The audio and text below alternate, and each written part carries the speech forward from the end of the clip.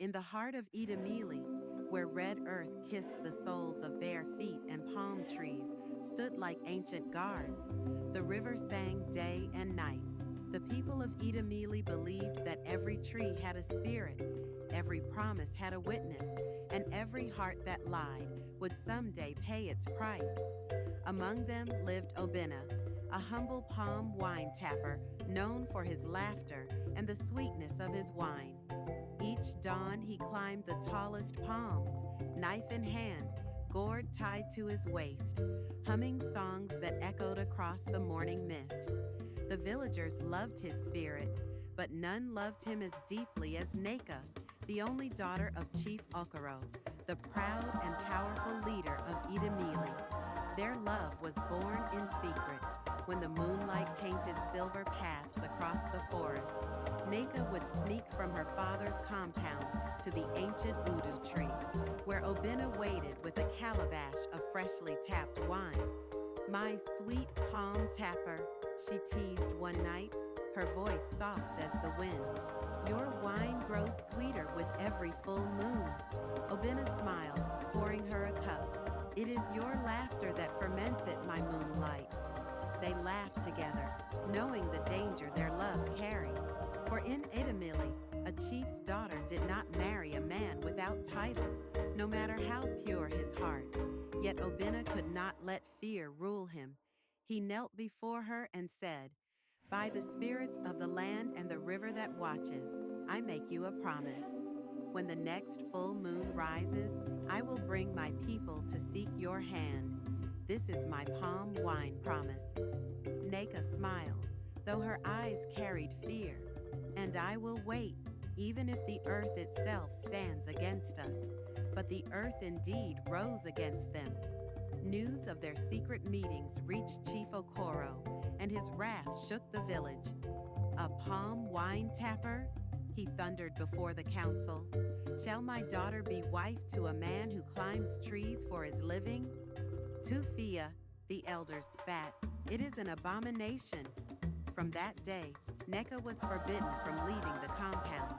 The guards were doubled, and her laughter died behind the wooden walls of her father's house. But love is stubborn. Neka's heart reached beyond walls and chains, and so she sent a message through her cousin, a single palm leaf tied with a string, a sign that she still waited for him beneath the moon. When Obinna received the message, he swore before his ancestors that nothing, not even the gods, would stop him from keeping his vow.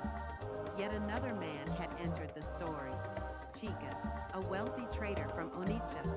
Chike came with kegs of oil, bolts of cloth, and words dipped in honey.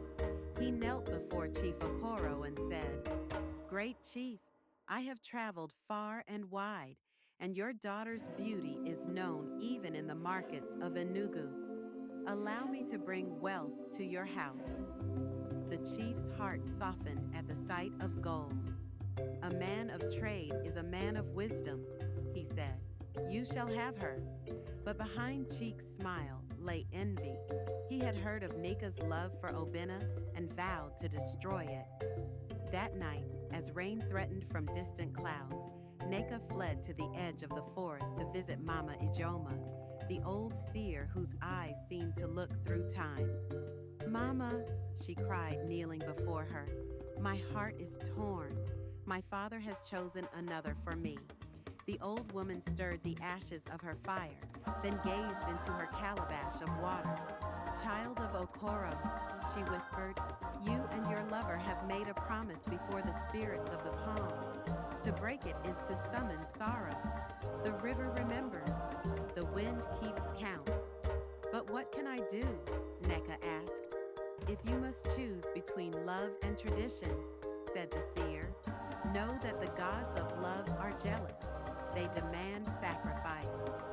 The next day, Chike brought more gifts to Chief Okoro, salt, ivory bangles, and the finest goat in the land. The chief, swayed by greed, fixed the marriage to take place before the new moon. But Chike's heart burned with darkness. That evening, he followed Neka to the Udu tree and watched from the shadows as she embraced Obinna. You cannot marry him, Obina said desperately. I will speak to your father myself. Neka shook her head. It is too late. He has given his word. Then I will take you away, Obina said, to the hills beyond the river. We will start anew. She smiled faintly, her tears glistening in the moonlight. If we must flee, then let us flee as one. But promise me this, never let your heart break, no matter what comes. I promise, he said. Chike clenched his fists in the darkness. If I cannot have her, he hissed, neither will he. A storm gathered above the village. Thunder rolled, wind howled, and rain began to fall like tears from the heavens. Obina, determined to keep his word, climbed the tallest palm to collect his final harvest, a gift for Neka before they fled. The rain made the bark slippery. The rope swayed under his feet. In the darkness below, Chike crept forward with a knife. With one swift motion, he cut the rope anchoring the palm. The tree groaned, bent, and then, with a scream swallowed by thunder, Obina fell, his calabash shattered beside him, the wine spilling like blood into the earth. Neka arrived moments later, drenched and trembling. She knelt beside him. Obina, stay with me. He smiled faintly, his breath fading. The promise, I kept it. And then his hand fell still. By dawn, the village gathered around the lifeless body. Chief Okoro's heart broke as he learned the truth, that Chike's deceit had led to the death of the man his daughter loved.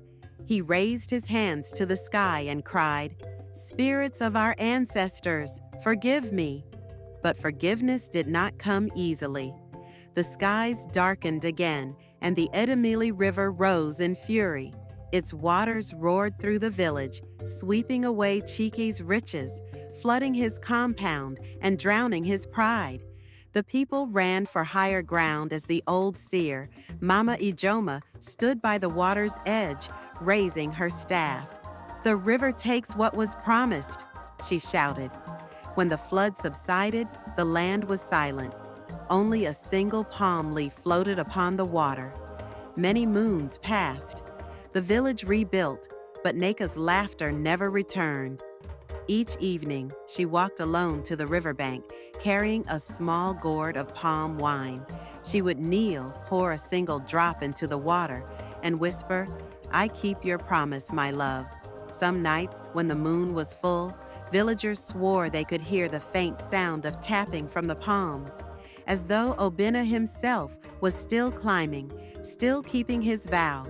And so the legend was born, the palm wine promise, the love that defied tradition, and the vow that even death could not break. When you hear the wind in the palms, remember, some promises live forever,